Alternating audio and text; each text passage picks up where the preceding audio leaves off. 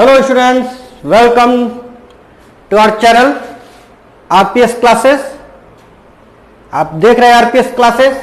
आइए हम लोग सॉल्व करते हैं NCERT class 12th mathematics exercise 5.1 का क्वेश्चन नंबर 30 और उससे आगे। क्योंकि क्वेश्चन नंबर 1 से 29 तक हम लोग पिछले वीडियो में सॉल्व कर चुके हैं। अगर आपको उन क्वेश्चंस को सॉल्व करने में किसी प्रकार की परेशानी महसूस होती है या आप नहीं कर पा रहे हैं तो आप डिस्क्रिप्शन में दिए गए लिंक पर क्लिक करके उन वीडियो तक पहुंच सकते हैं जिन पर कि हमने उनको सॉल्व किया है, और उन वीडियो से आप उन वीडियो की मदद ले सकते हैं। या फिर आप यहां इस कोने में लेफ्ट साइड में आ रहे आई बटन जो कि आ चुका है या फिर थोड़ी देर में आएगा, उस पर क्लिक करके हमारे उन वीडियो तक पहुंच सकते हैं। अगर आप उन क्वेश्चंस को अच्छे से सॉल्व कर पा रहे हैं तो आइए हम लोग देखते हैं क्वेश्चन नंबर 30। क्वेश्चन नंबर 30 में स्टूडेंट आपके बुक में एनसीईआरटी में बोल रहा है, question number 30, find the value of A and B such that the function defined by ऐसे is a continuous function. Continuous function है, पहले ही बता दिया एक कंटिन्यूअस फंक्शन है और उसको ए और बी की वैल्यू हमको बतानी है। दो वेरिएबल तो दो इक्वेशन, ये तो हम जानते ही हैं कि दो वेरिएबल होगा तो दो इक्वेशन की हमको आवश्यकता होगी। तो आइए हम लोग देखते हैं कैसे दो इक्वेशन बनेगा।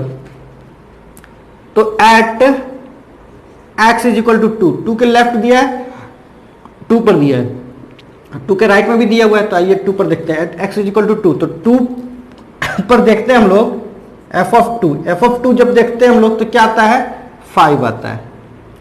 ठीक, अब क्या करेंगे, लेफ्ट में भी यही रहेगा इसलिए हम लेफ्ट ना देख के राइट देखते हैं। लिमिट एक्स अप्रोचेस 2 का राइट क्या हो जाएगा, एफ ऑफ 2 प्लस एच। अब यहां देखिए 2 प्लस एच में क्या दिया हुआ है, A 2 plus H plus B.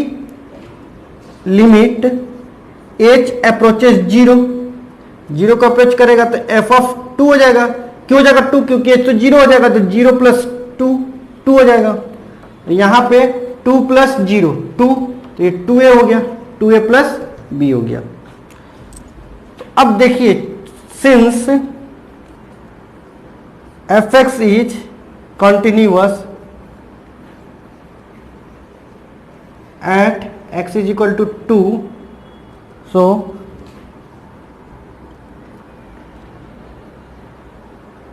RHL is equal to f of 2। RHL क्या है, 2a plus b is equal to क्या, 5।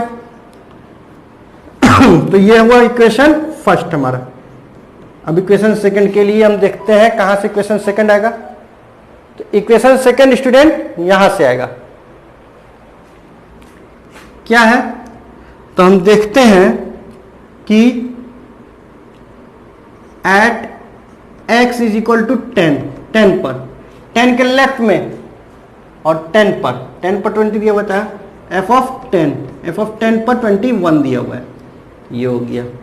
अब हम लेफ्ट में देखेंगे क्योंकि राइट पर तो यही हो जाएगा, तो लेफ्ट में हम देखेंगे, राइट में देखने की कोई फायदा है नहीं। LHL, तो देखते हैं LHL यानी कि लिमिट x अप्रोचेस 10 का left, F of 10 minus H is equal to क्या, a 10 minus H plus b। Limit h approaches 0, जब 0 हो जाएगा तो ये 0 10 माइनस 0 क्या हो जाएगा, 10 हो जाएगा। ये 10 माइनस 0 10, तो 10a plus b। Since fx is continuous at x is equal to 10, so क्या हो जाएगा, LHL is equal to F of 10। तो LHL कितना है 10a plus b is equal to क्या 21। अभी हमारा इक्वेशन सेकंड हो गया। अब इक्वेशन फर्स्ट और इक्वेशन सेकंड को सॉल्व करना स्टूडेंट हमने कहां सीखा था 10th क्लास में सीखा था।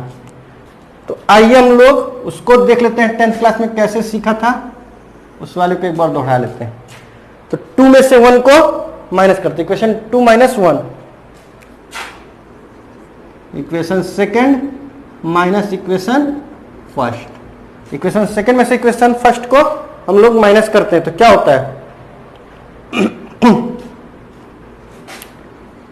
10a plus b is equal to 21, 2a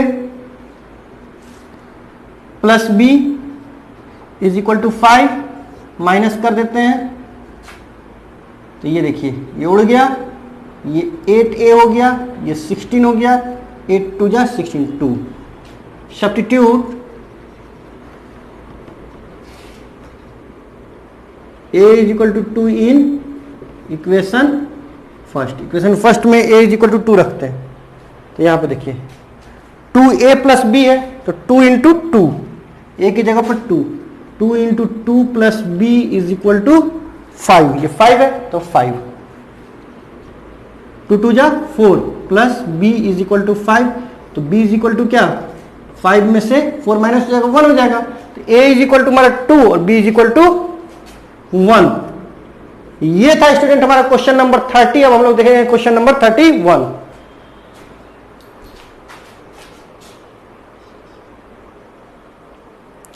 तो ये है स्टूडेंट हमारे पास question number 31। So that the function defined by f(x) is equal to cos x square is a continuous function. ये स्टूडेंट ये कंपोजिट फंक्शन है, कंपोजिशन है दो फंक्शन का। तो आइए पहले हम इसको पहचानना होता है स्टूडेंट कि कौन कौन से फंक्शन का ये कंपोजिशन है। आसान तरीके से सॉल्व करते हैं। ऐसे भी हम सॉल्व कर सकते हैं कि LHL RHL पर और किसी पॉइंट C पर हम लोग ने देखा है उस पर, लेकिन आसानी से भी सॉल्व ये हो सकता है दूसरे तरीके से। तो आइए हम लोग देखते हैं कि ये क्या है। तो इसको हम मान लेते हैं f(x) इज इक्वल टू क्या, इसको दो भाग में बांटते हैं, gx इज इक्वल टू क्या x स्क्वायर और hx is equal to cos x, ये हुआ, और fx इज इक्वल टू क्या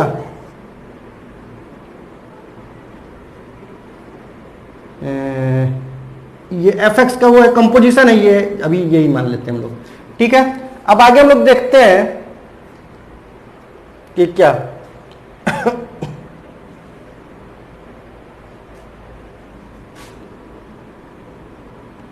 f(x) is a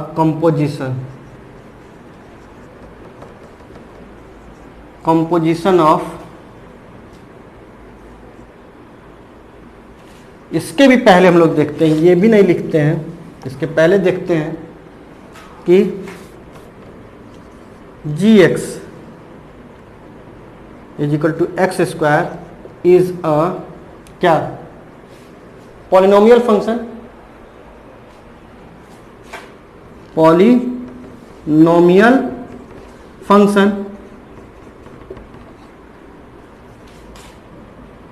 hence it is continuous at क्या x is equal to real number, किसी भी रियल पॉइंट पर ये कंटिन्यूअस होगा। और फिर hx के बारे में बात करते हैं तो क्या है hx cos x is a trigonometric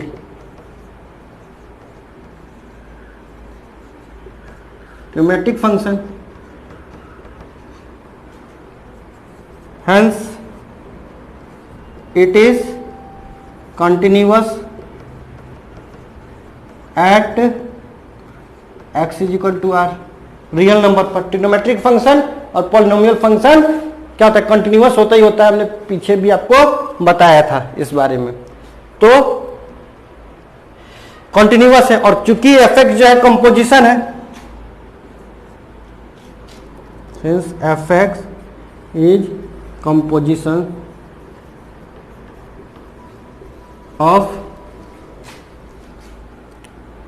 ji x and H x, hence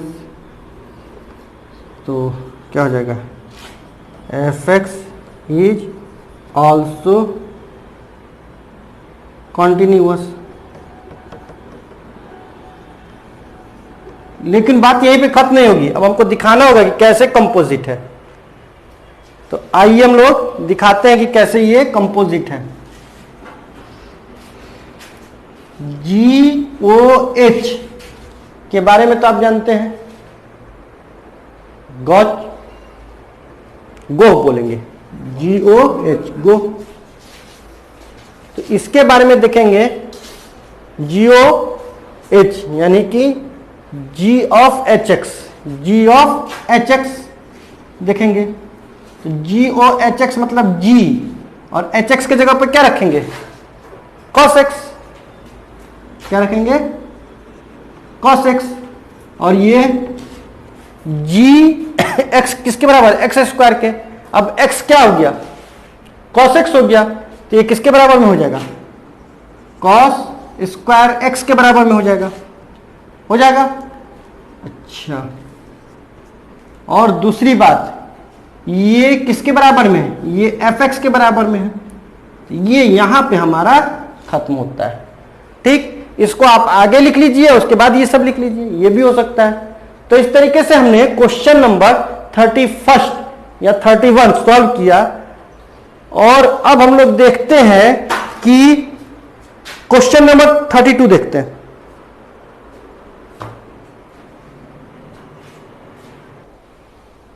तो स्टूडेंट ये है 32, क्वेश्चन नंबर 32 और 33 एक ही जैसा क्वेश्चन आप लोग अपने बुक में देखिए। तो हम 32 बता रहे हैं, 33 आपको खुद करना होगा सॉल्व। ये देखिए, ये बता रहा है कि show that the function defined by f x is equal to cos x, modulus में है ना, इज अ कंटिन्यूअस फंक्शन। तो देखिए ये क्या है, ये भी कंपोजिशन है तो फंक्शन का, G X is equal to modulus X and H x is equal to cos X. अब देखिए,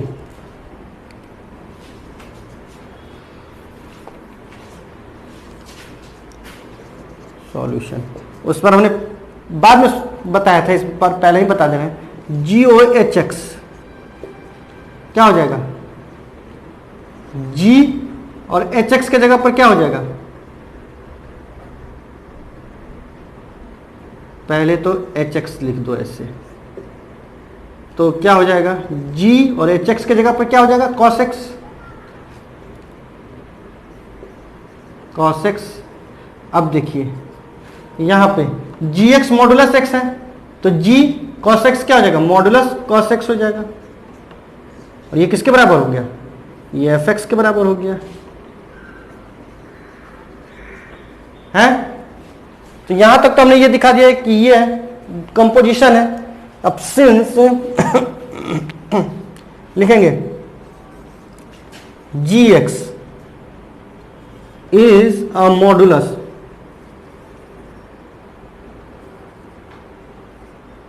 फंक्शन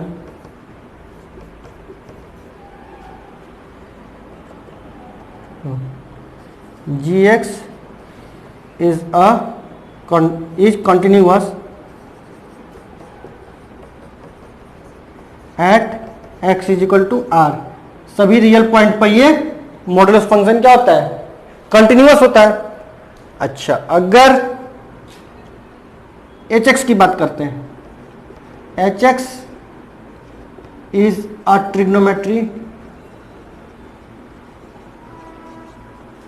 ट्रिग्नोमेट्रिक फंक्शन, इसलिए क्या है, h x is continuous at x is equal to R. ये रियल नंबर पर, हर real point पर ये कंटिन्यूअस हो जाएगा, ठीक, एच एक्स भी। और since f x is a composite function of g x and H x, so fx is also continuous। तो fx भी कंटिन्यूअस हो जाएगा, क्योंकि fx क्या है, कंपोजिट फंक्शन है, किसका है, gx और hx का, तो fx भी कंटिन्यूअस हो जाएगा। तो ये था हमारा 32 और समझ लीजिए कि 33, क्योंकि केवल sin x यहां पे है, ठीक, cos x गया। तो 32 और 33 क्वेश्चन नंबर हमने कंप्लीट किया। अब अंतिम क्वेश्चन हम लोग इस एक्सरसाइज का देखते हैं 34। तो स्टूडेंट ये हम लेके आ गए क्वेश्चन नंबर 34, जो कि आपके इस एक्सरसाइज का लास्ट क्वेश्चन है। आइए इसको भी सॉल्व कर लेते हैं और इस एक्सरसाइज को समाप्त करते हैं। तो देखते हैं, let F x is equal to G X minus H X, दो फंक्शन जी एक्स और एच एक्स का हुआ है। अब देखिए, G X is equal to modulus X and H x is equal to modulus X plus 1। अब since G X is a modulus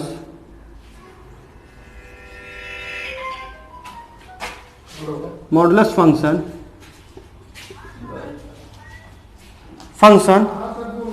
so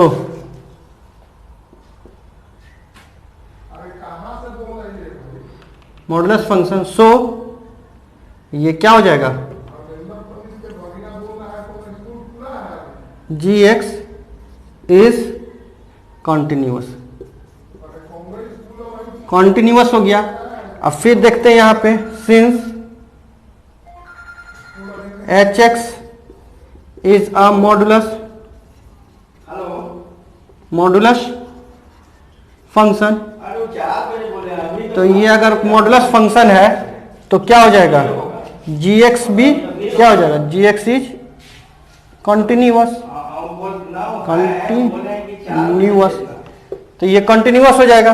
तो इस तरीके से हमने देखा स्टूडेंट कि अगर gx भी मॉडुलस फंक्शन है तो ये कंटिन्यूअस हो गया, hx मॉडुलस है फंक्शन है तो hx भी कंटिन्यूअस हो गया। तो हम कह सकते हैं कि fx जो है, चूंकि fx we know that if two functions are continuous,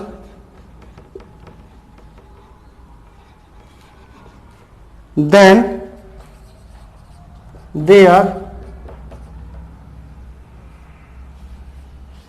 difference is also continuous। तो क्या हम कह सकते हैं, hence fx is continuous। तो क्या हो जाएगा, there is no point of discontinuity।